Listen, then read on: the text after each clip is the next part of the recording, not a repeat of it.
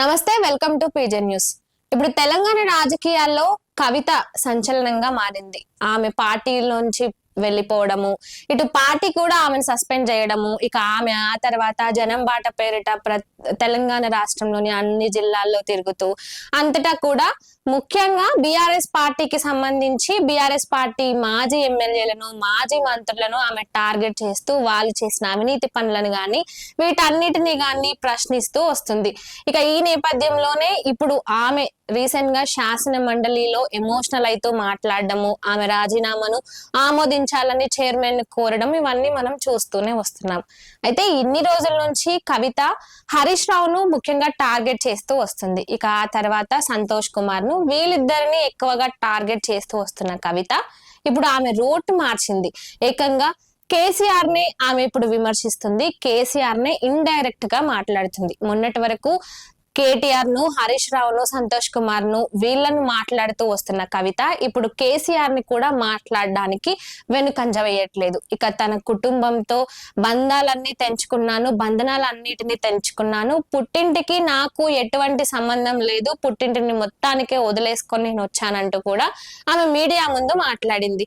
అయితే ఆత్మవిశ్వాసానికి సంబంధించిన పంచాయతీనే కానీ ఆస్తుల పంపకం కోసం కాదు ఈ పంచాయతీ అంటూ కవిత మాట్లాడుకొస్తుంది. అయితే కాంగ్రెస్ ప్రభుత్వం తనని కావాలని ఈ సాకుతో ఏదైతే ఆమె బీఆర్ఎస్ పార్టీలో నుంచి బయటికి రావడం, ఆమెను బీఆర్ఎస్ పార్టీ సస్పెండ్ చేయడం, ఇక దీన్ని అవకాశంగా తీసుకున్న కాంగ్రెస్ ప్రభుత్వం ఇది ఆస్తుల పంచాయతీనే, ఆస్తుల పంపకానికి సంబంధించిన పంచాయతీనే అంటూ మాట్లాడుతుంది. కానీ ఇది ఆస్తులకు సంబంధించిన పంచాయతీ కాదు, నా ఆత్మవిశ్వాసానికి సంబంధించిన పంచాయతీనే అంటూ ఎమోషనల్ అవుతూ శాసన మండలిలో కవిత మాట్లాడింది. అయితే మొన్నటి వరకు హరీష్ రావును మాట్లాడుతున్న కవిత, కేటీఆర్ ను మాట్లాడుతున్న కవిత ఈ రోజు కేసీఆర్ నే డైరెక్ట్ శాసన మండలి వేదికగా ప్రశ్నించింది. అంటే బీఆర్ఎస్ పార్టీ 10 ఏళ్లలో ఏం చేసిందని, ఇప్పుడు టిఆర్ఎస్ ను బీఆర్ఎస్ గా మార్చారు, అసలు ఏం చేశారని జాతీయ పార్టీగా మార్చారంటూ కూడా ఆమె ప్రశ్నించింది. అయితే బీఆర్ఎస్ పార్టీలో ఎన్నో అవినీతులు జరిగాయని, ముఖ్యంగా అంటే ఏ పార్టీకి చూసుకున్నా ఒక ఎమోషనల్ కనెక్షన్ అనేది ఉంటుంది. 10 ఏళ్ల పాలనలో బీఆర్ఎస్ పార్టీ ఏం సాధించిందని ఇప్పుడు బీఆర్ఎస్ పార్టీ కావాలని అనుకుంటున్నారు. బీఆర్ఎస్ పార్టీలో ఏది జరగలేదు, ముఖ్యంగా ఉద్యమకారులకు గాని మహిళలకు గాని వీళ్ళందరికీ ఎటువంటి ప్రయోజనం కలగలేదు, ఎంతో మంది పోరాడితేనే తెలంగాణ వచ్చిందని అలాంటి ఉద్యమకారులను ఒక్క రోజైనా పలకరించారా, వాళ్ళను ఒక్క రోజైనా దగ్గరికి తీసుకొని వాళ్ళ సమస్యల గురించి మీరు అడిగారా అంటూ ప్రశ్నిస్తోంది. ఇక ఆమెకు కుటుంబంతో కూడా ఎటువంటి సంబంధాలు లేవని, త్వరలోనే ఇటు కొత్త పార్టీని కూడా పెట్టుకోబోతున్నాను, కొత్త పార్టీని కూడా ప్రకటించబోతున్నాను అంటూ కూడా ఆమె మాట్లాడింది. అయితే ఈ మొత్తం అంశానికి సంబంధించి మొన్నటి వరకు హరీష్ రావును, కేటీఆర్ ను టార్గెట్ చేస్తూ మాట్లాడిన కవిత ఆ తర్వాత కేసీఆర్ గురించి మాట్లాడుతూ కేసీఆర్ నాకు దేవుడు, నాకు దైవంతో సమానము, ఇటు రేవంత్ రెడ్డి కేసీఆర్ ని ఉరి తీయాలి అని మాట్లాడిన మాటలకు కసబ్తో పోల్చడం, వీటన్నిటిపై కూడా కవిత రియాక్ట్ అయ్యారు. ముఖ్యంగా తన తండ్రిని, ఉద్యమాన్ని తీసుకొచ్చిన, ఉద్యమాన్ని తెలంగాణ కోసం కృషి చేసిన నా తండ్రిని ఈ విధంగా రేవంత్ రెడ్డి ముఖ్యమంత్రి స్థానంలో ఉండి మాట్లాడడం ఎంతవరకు కరెక్ట్ అంటూ కూడా ఆయనను ప్రశ్నించింది. ఇక అలా కేసీఆర్ కు సపోర్ట్ చేస్తూ మాట్లాడిన కవిత ఈ రోజు కేసీఆర్ ని కూడా నిందిస్తుంది, కేసీఆర్ ని కూడా విమర్శిస్తుంది. బీఆర్ఎస్ పార్టీలో ఏం అభివృద్ధి జరిగిందని బీఆర్ఎస్ పార్టీ వైపు ప్రజలు నిలబడాలి, ఇటు కార్యకర్తలకు గాని బీఆర్ఎస్ పార్టీ నాయకులకే సరైన అవగాహన లేదు, సరైన క్రమశిక్షణ లేదు, వాళ్ళల్లో వాళ్ళకే అసలు ఐకమత్యం లేదు, అలాంటిది ప్రజల గురించి వాళ్ళు ఇంకేం ఆలోచిస్తారు, ఎంతసేపు హరీష్ రావు, కేటీఆర్ వీళ్ళు మాత్రమే బీఆర్ఎస్ పార్టీ గురించి మాట్లాడుతున్నారే కానీ నిజానికి ప్రజల్లో బీఆర్ఎస్ పార్టీపై ఒపీనియన్ పోయింది, బీఆర్ఎస్ పార్టీపై నమ్మకం లేదంటూ కూడా కల్వకుంట్ల కవిత మాట్లాడుతూ వస్తున్న సందర్భాలు మనం చూసాము.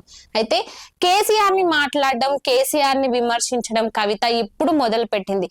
మరి ఈ అంశంపై ఎంతసేపు ఇటు కేటీఆర్ స్పందించడం లేదు, హరీష్ రావు స్పందించడం లేదు, కేసీఆర్ అయితే ఒక్క ప్రెస్ మీట్ పెట్టి మాయమైపోయాడు. ఇక ఆ తర్వాత అసెంబ్లీకి ఆయన వస్తాడు, అసెంబ్లీలో మాట్లాడతాడు, నీళ్ల పంచాయతీ గట్టిగా ఉంటుంది, ఇక అధికార పార్టీకి చెమటలు పట్టిస్తాడు ఆయన ప్రశ్నలతో అంటూ ఎంతో మంది ఎదురు చూశారు. ముఖ్యంగా బీఆర్ఎస్ పార్టీకి సంబంధించిన నాయకులు గాని కార్యకర్తలు గాని అందరూ కూడా ఎదురు చూశారు. కానీ చివరికి ఏమైంది, కేసీఆర్ అసెంబ్లీకి వచ్చాడు, కేవలం సంతకాలు చేసి వెళ్ళిపోయాడు. ఇక మళ్ళీ అసెంబ్లీ మొహం చూసింది కూడా లేదు.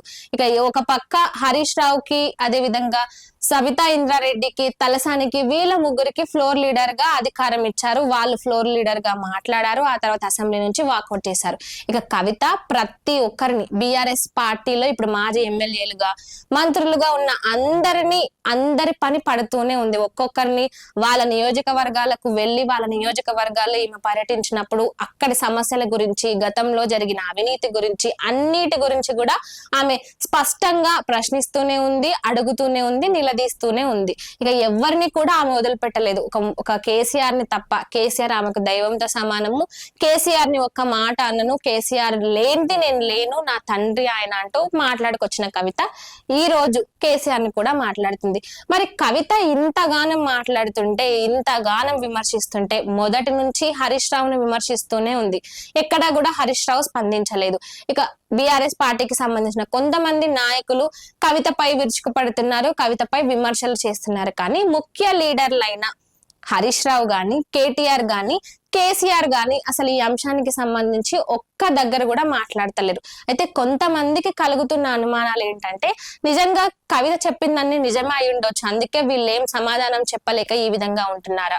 ఒకవేళ ఇవన్నీ అబద్ధాలే అయితే, ఎన్నో మాటలు అనింది కవిత, ఎన్నో ఆరోపణలు చేసింది. ప్రభుత్వంలో ఉన్నప్పుడు అవినీతి గురించి గాని, తర్వాత హరీష్ రావుకు సంబంధించి ఆస్తుల విషయంలో గురించి గాని, ప్రాజెక్టుల అంశానికి సంబంధించి కొన్ని ప్రాజెక్టులు ఆగిపోవడానికి, వాళ్ళ సొంత లాభాల కోసం కూడా కొన్ని ప్రాజెక్టులను ఆపారంటూ కూడా ఎంతో మంది గురించి ఆరోపణలు చేస్తూనే ఉంది.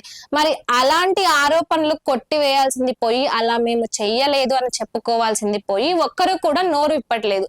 ముఖ్యంగా హరీష్ రావు ప్రతి అంశంపై క్లియర్ గా, క్లారిటీగా మాట్లాడే హరీష్ రావు కూడా కవిత ఇన్ని ఆరోపణలు చేస్తూ ఆయన్నే టార్గెట్ చేస్తూ వస్తున్నా కూడా ఒక్క రోజు కూడా ఇప్పటికీ అంశానికి సంబంధించి ఆయన మాట్లాడలేదు.